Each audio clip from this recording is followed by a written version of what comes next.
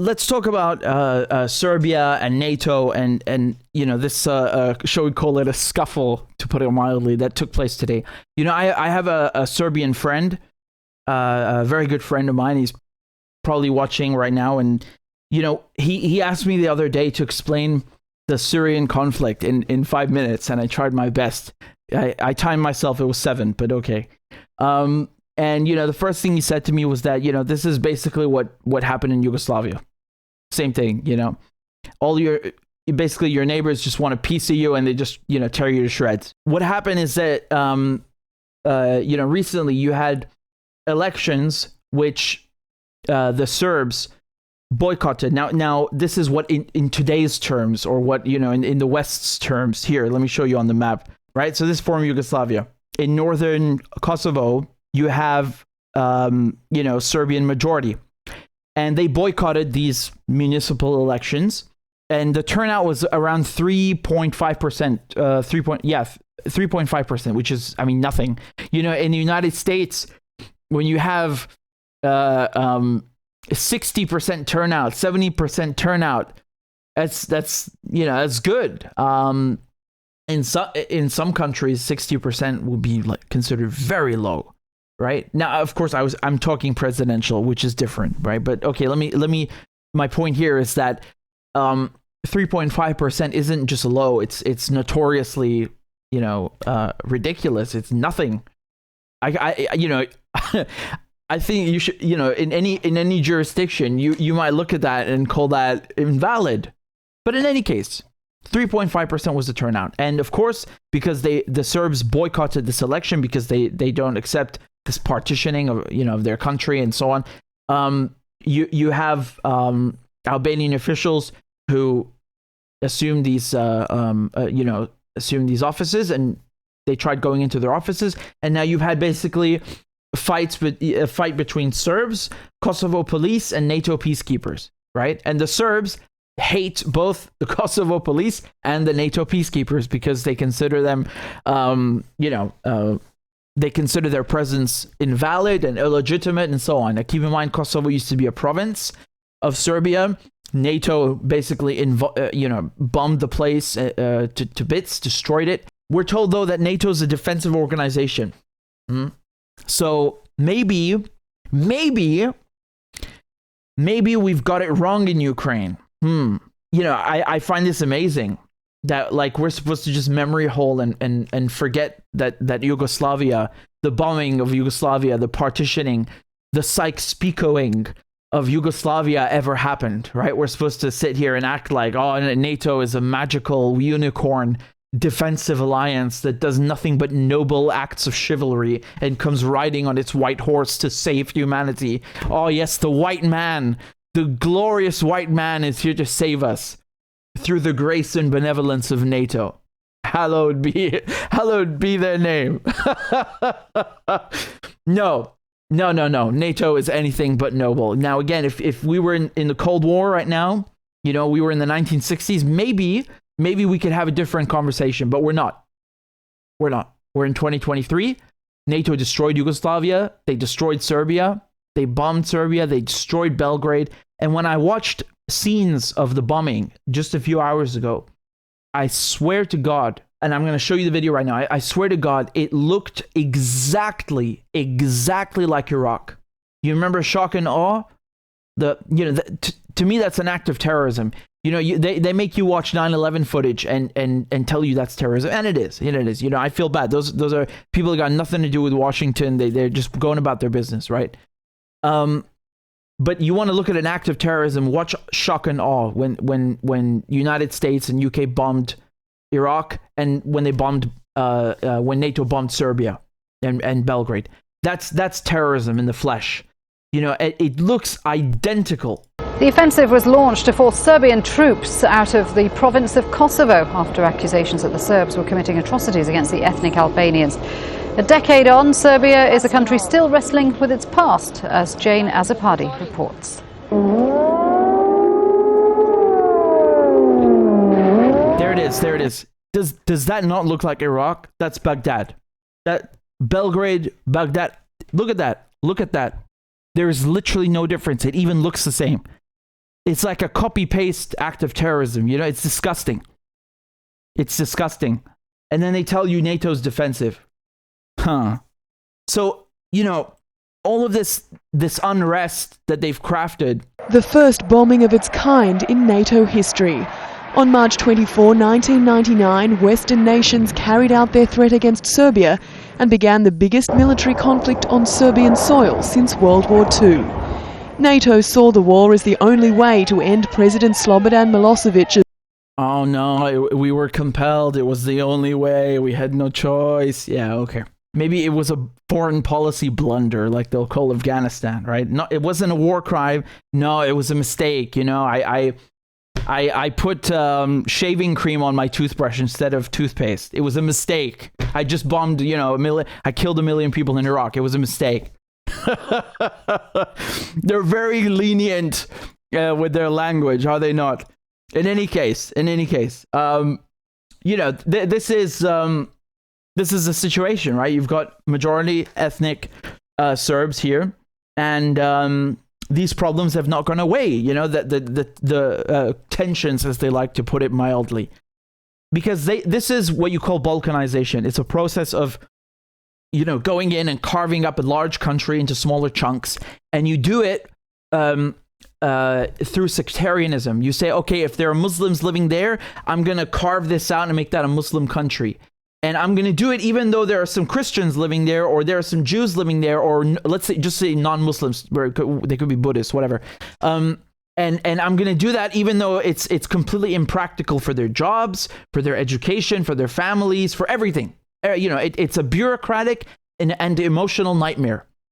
And I'm going to take these Jews over here and carve out a country for them. And there are these Orthodox Christians there. I'll carve them up. And you know, the Catholics, I'll carve them up. And, you know, it's just sectarianism, right? So you'll have people who live happily with each other. You know, they're neighbors. They have no problem with each other. They identify as one country. And then the West will just come in and just start carving up and cutting up. And then they create these, and you know, no one's saying that you know, these places, whether we're talking about Yugoslavia or we're talking about the Middle East, are utopias, but you know, you're going to have some tiny percentage of people who have, you know, problems with each other. Of course, it's normal, but then the West comes in and then amplifies that. So it's not a tiny percentage, a minuscule microscopic percentage. Now it's like, oh, there's a goddamn, you know, sectarian war, like in Iraq, right? You got Shia and Sunni who are fine with each other, right? And they come in and make it 1,000,000 times worse, the Americans and the British.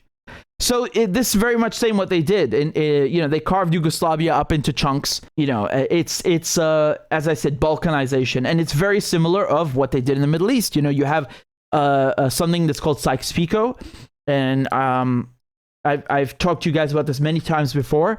So basically, the British and the French, the Sykes-Picot are British and French diplomats, so it's named after them. You know, they get together in secret and they start carving up Syria. And you know, what is the Middle East, you know, Mesopotamia, and just giving it to themselves. So like, oh, you know, you can have this chunk, and yes, you take this chunk over there, oh boy, and I'll have myself this little piece over here if you don't mind me. Yes, jolly good show, wonderful. Yes. Perhaps we can share this one as well. Yes, have a little bit of Palestine in your cup, eh? So this is what they've done. All right. And actually, the Russians were supposed to go along with it, but then, you know, the Russian Revolution happened. So there you go. And a lot of the, you know, again, they just invent countries, you know, and you know, they install all these monarchies in the Middle East, and many of them are still there today. Actually, again, I'm not going to name names because I don't want to make some of my viewers angry, but it's true. It's true. And the devious thing is that they had actually. They, at the same time they were doing this, remember, keep in mind, this is 1916, as it says below. You can see in dark purple that's French, and in pink is British rule, and so on. And my point is here that, you know, they had sent Lawrence of Arabia, as he's known now, to get the Arabs together and kick out the Ottomans, the Turks, who had taken most of the Middle East and down to Arabia. and they were very successful and they succeeded. And the promise was that they would just leave them alone and leave the Middle East and get out, right?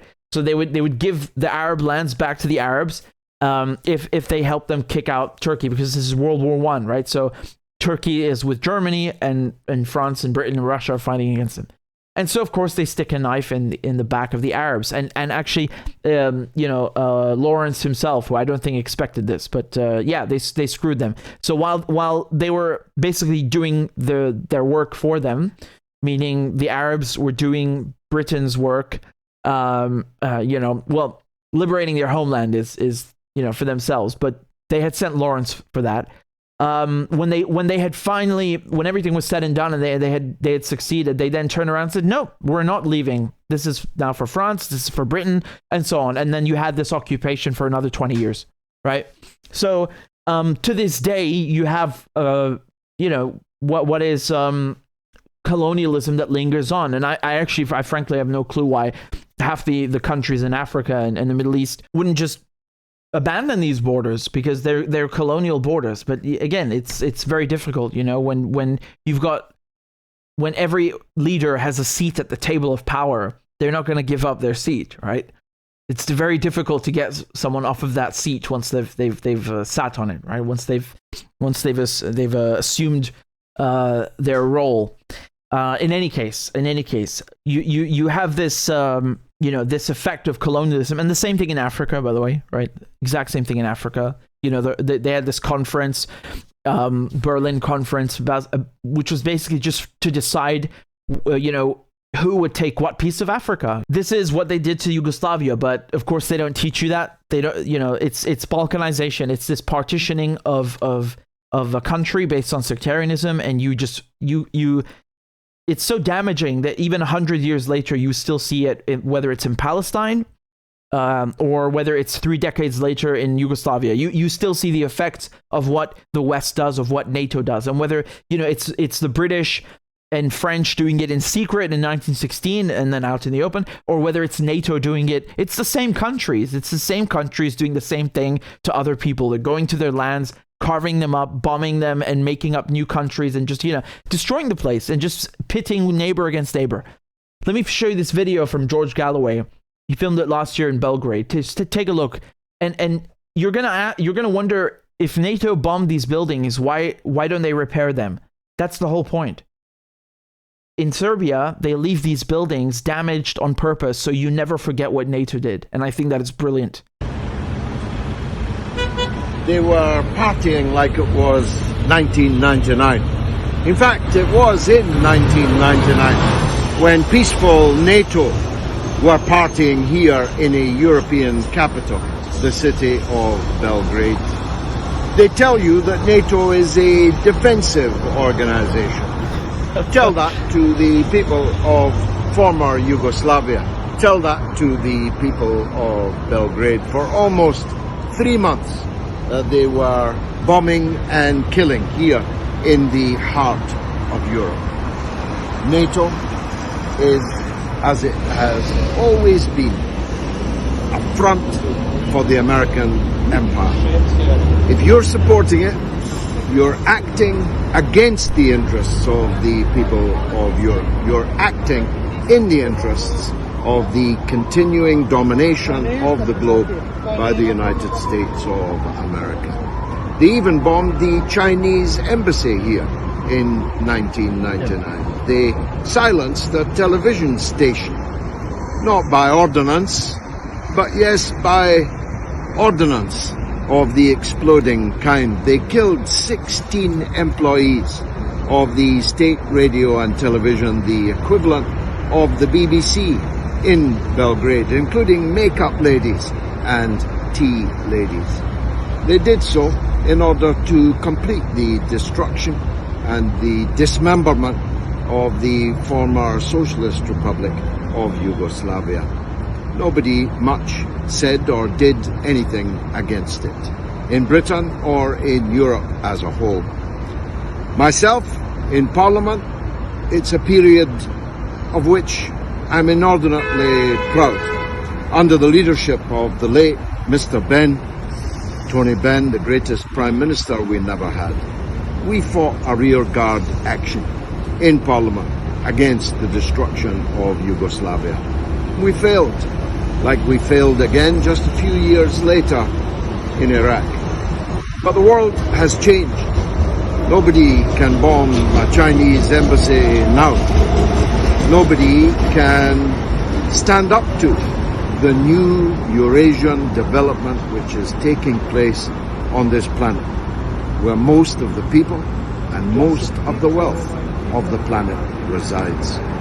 We're in a new world. It's just not the new world order that the so-called West, which is, I remind you, just 10% of the world's population, think or thought that it was going to be. Their new world order has been stillborn. A better world order, a more just world order, is in the process of being born. But these are useful reminders of just exactly the nature of the beast that is NATO.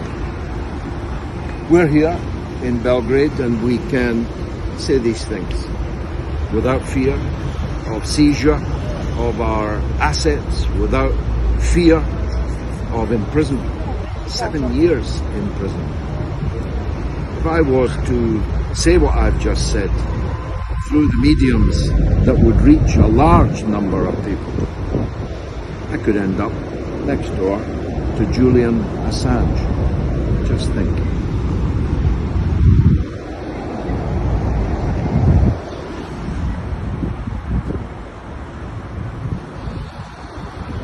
As George said, they bombed the Chinese embassy, but it's a defensive organization, I promise. If you just get to know us a little bit better, said the devil. Oh, man. Let me show you a tweet by Glenn Greenwald. He said that Kosovo had long been part of Serbia. Now the US and EU view it as independent because the US and NATO sided with ethnic separatists that didn't want to be governed by Belgrade. To end war in Ukraine, why not give those in Donbass and Crimea the same choice with a UN-supervised vote? Whatever one's view on the validity of the Crimea referendum, disputed due to the presence of Russian troops, nobody doubts these regions have many ethnic Russians who identify with Moscow more than Kiev. Is it a majority? Find out with a vote and use the Kosovo precedent. I love this because it's like, you know, it's really just rubbing the truth in their faces, you know, and it's so funny because you know, as he points out, when people have a vote to become a part of Russia, it's illegitimate, it's this and that, you know. Forget the one in Donbass and let's just talk about Crimea, like he said, right, where the situation wasn't as crazy as now. Keep in mind, Crimea has always been majority ethnic Russian, so we're talking about before it was given to Ukraine in, what was it, 1954, I think it was. It's the 1950s. Even though it was all Soviet Union, it was transferred basically from Russia to Ukraine, and then Russia basically, took it back, and they had a referendum. And I mean, I don't know what result you expect to get. It's always going to be majority ethnic Russian, but yeah, they voted to be part of Russia, and it's not viewed as legitimate. So you got people exercising, their right to self-determination, and we say, no, this is not okay because of Russian troops. When there's NATO troops present, the vote is completely legitimate and valid and fine and must be respected to the letter, right? As was the case in Kosovo. So it's funny, right? When we go to those countries and bomb them and we give people a referendum, it's okay, but don't, heaven pray, don't let the Russians do it. So it's not even comparable. But you understand the analogy, yes? You're always going to have problems, unfortunately, and I say that with a very heavy heart. You're always going to have problems in Serbia, in Kosovo, in Yugoslavia because of what NATO did, because of the partitioning. And it's just like you're always going to have problems in Palestine because of what Britain and France did, carving up the Middle East. And this is destruction on a scale that most people cannot even grasp. It's really disgusting to me that we memory hole what happened in Belgrade. And like I said, it sent shivers down my spine. It's like I was watching Shock and Awe, right? Like the Iraq clips. And what's the difference really in the end? It's the same actors doing the same thing. NATO, the defensive alliance. Yeah, okay.